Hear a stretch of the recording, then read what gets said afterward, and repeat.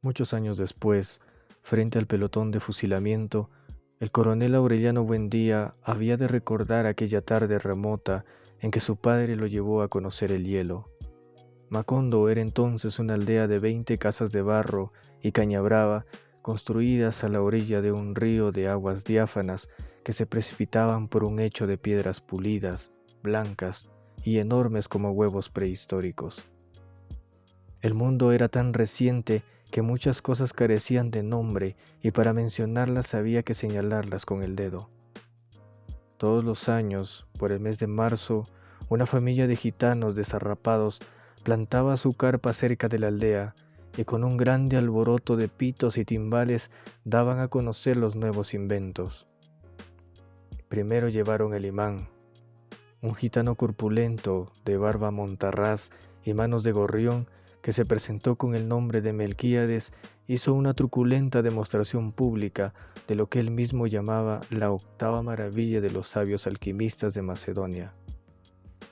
Fue de casa en casa arrastrando 2 lingotes metálicos, y todo el mundo se espantó al ver que los calderos, las pailas, las tenazas y los anafes se caían de su sitio, y las maderas crujían por la desesperación de los clavos y los tornillos tratando de desenclavarse, y aún los objetos perdidos desde hacía mucho tiempo aparecían por donde más se los había buscado, y se arrastraban en desbandada turbulenta detrás de los fierros mágicos de Melquíades.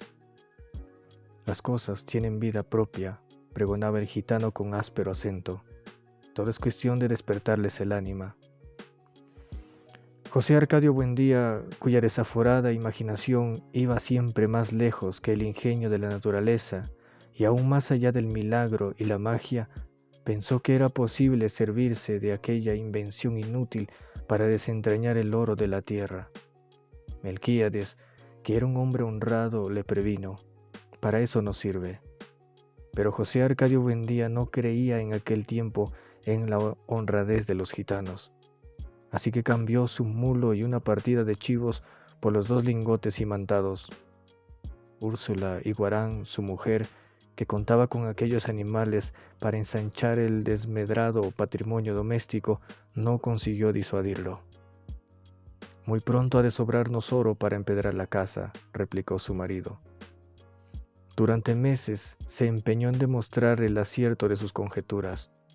Exploró palmo a palmo la región, e inclusive el fondo del río, arrastrando los 2 lingotes de hierro y recitando en voz alta el conjuro de Melquíades. Lo único que logró desenterrar fue una armadura del siglo XV, con todas sus partes soldadas por un cascote de óxido, cuyo interior tenía la resonancia hueca de un enorme calabazo lleno de piedras.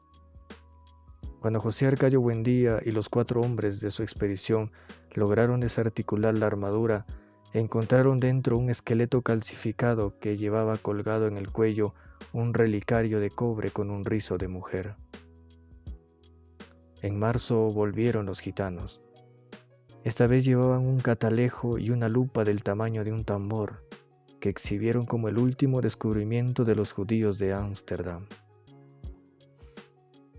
Sentaron a una gitana en un extremo de la aldea e instalaron el catalejo a la entrada de la carpa. Mediante el pago de 5 reales, la gente se asomaba al catalejo y veía a la gitana al alcance de su mano. La ciencia ha eliminado las distancias, pregonaba Melquíades. Dentro de poco, el hombre podrá ver lo que ocurre en cualquier lugar de la tierra, sin moverse de su casa. Un mediodía ardiente hicieron una asombrosa demostración con la lupa gigantesca. Pusieron un montón de hierba seca en mitad de la calle y le prendieron fuego mediante la concentración de rayos solares. José Arcadio Buendía, que aún no acababa de consolarse por el fracaso de sus imanes, concibió la idea de utilizar aquel invento como un arma de guerra. Melquíades, otra vez, trató de disuadirlo, pero terminó por aceptar los 2 lingotes imantados y 3 piezas de dinero colonial a cambio de la lupa. Úrsula lloró de consternación. Aquel dinero formaba parte de un cofre de monedas de oro que su padre había acumulado en toda su vida de privaciones y que ella había enterrado debajo de la cama en espera de una buena ocasión para invertirlas. José Arcadio Buendía no trató siquiera de consolarla, entregado por entero a sus experimentos tácticos con la abnegación de un científico y aún a riesgo de su propia vida. Tratando de demostrar los efectos de la lupa en la tropa enemiga, se expuso él mismo a la concentración de los rayos solares y sufrió quemaduras que se convirtieron en úlceras y tardaron mucho tiempo en sanar. Ante las protestas de su mujer, alarmada por tan peligrosa inventiva, estuvo a punto de incendiar la casa. Pasaba largas horas en su cuarto, haciendo cálculos sobre las posibilidades estratégicas de su arma novedosa, hasta que logró componer un manual de una asombrosa claridad didáctica y un poder de convicción irresistible. Lo envió a las autoridades, acompañado de numerosos testimonios sobre sus experiencias y de varios pliegos de dibujos explicativos, al cuidado de un mensajero que atravesó la tierra y se extravió en pantanos desmesurados, remontó ríos tormentosos y estuvo a punto de perecer bajo el azote de las fieras, la desesperación y la peste, antes de conseguir una ruta de enlace con las mulas del correo. A pesar de que el viaje a la capital era en aquel tiempo poco menos que imposible, José Arcadio Buendía prometía intentarlo tan pronto como se lo ordenara el gobierno, con el fin de hacer demostraciones prácticas de su invento ante los poderes militares y adiestrarlos personalmente en las complicadas artes de la guerra solar. Durante varios años esperó la respuesta. Por último, cansado de esperar, se lamentó ante Melquíades del fracaso de su iniciativa, y el gitano dio entonces una prueba convincente de honradez. Le devolvió los doblones a cambio de la lupa y lo dejó además unos mapas portugueses y varios instrumentos de navegación. De su puño y letra escribió una apretada síntesis de los estudios del monje Hernán, que dejó a su disposición para que pudiera servirse del astrolabio, la brújula y el sextante. José Arcadio Buendía pasó los largos meses de lluvia encerrado en un cuarto que construyó en el fondo de la casa para que nadie perturbara sus experimentos.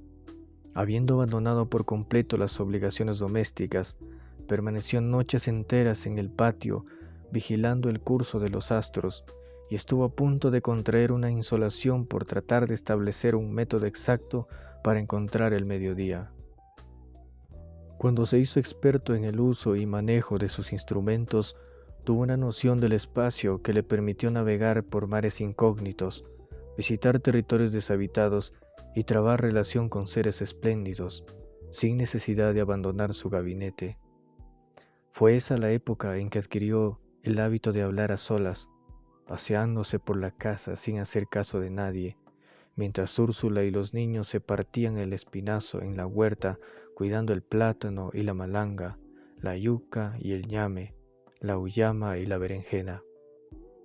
De pronto, sin ningún anuncio, su actividad febril se interrumpió y fue sustituida por una especie de fascinación.